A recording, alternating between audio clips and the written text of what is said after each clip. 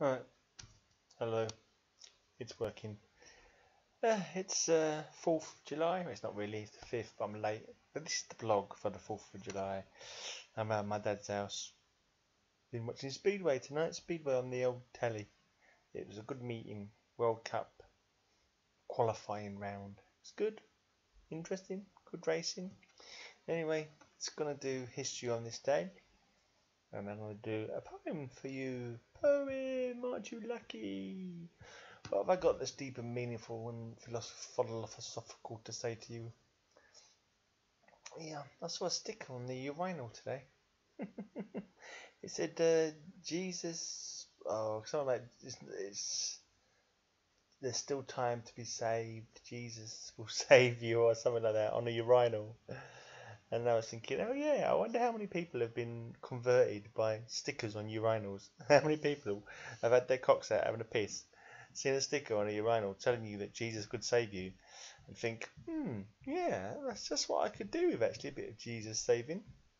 Which is weird because normally I've only ever worshipped Armitage Shanks, but for some reason I now worship Jesus because it's on a toilet bowl.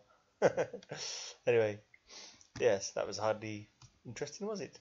But whatever.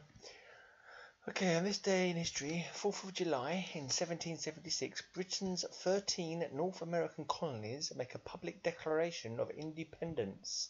The ungrateful colonial twats. Whatever. Yeah, well, who cares? Right, it's history, man. It's history. People like to have their independence. People like nationalism. That's true. People, we're all very tribal creatures, aren't we? So we want to be a part of our own tribes, and we don't want to be controlled by other people. We want to be our own bosses, don't we? Everybody. Nationalism is just as responsible as religion for wars and such like, isn't it? Anyway, in 1884, France gives the United States the Statue of Liberty to mark 100 years of American independence. There you go. They had a war, they got independence, then they got a nice big statue out of it. Isn't that nice? Anyway, in 1946, in the worst post-war pogrom, 42 returning Jewish survivors of Nazi genocide are killed in Kielce, Poland. Well, that's fucking nice. So they survived the genocide back in the concentration camps and got killed by who? Who killed them? Who was in Poland that killed them? Just some anti-Semitic, irate people? What was it? I know pogroms were quite popular in Russia, weren't they? Or not popular, well, certainly not popular that they happened to, but they did happen in Russia.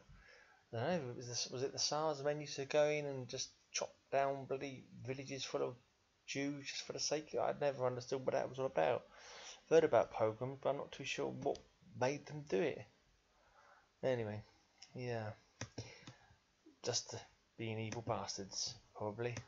Right, let's just do a poem. Let's have a poem. It's rather short, which is good because I can go to bed then. It's by someone called Donald Davy. He lived from 1922 to, I lost my place, 1922 to 1995. So this is a poem by Donald Davy called Across the Bay. A queer thing about those waters. There were no birds there, or hardly any. I did not miss them. I do not remember missing them, or thinking it uncanny. The beach so called was a blinding splinter of limestone, a quarry outraged by hulls. We took pleasure in that, the emptiness, the hardness of the light, the silence, and the water's stillness. But this was the setting for one of our murderous scenes. This hurt and goes on hurting. The venomous soft jelly, the undersides. We could stand the world if it were hard all over.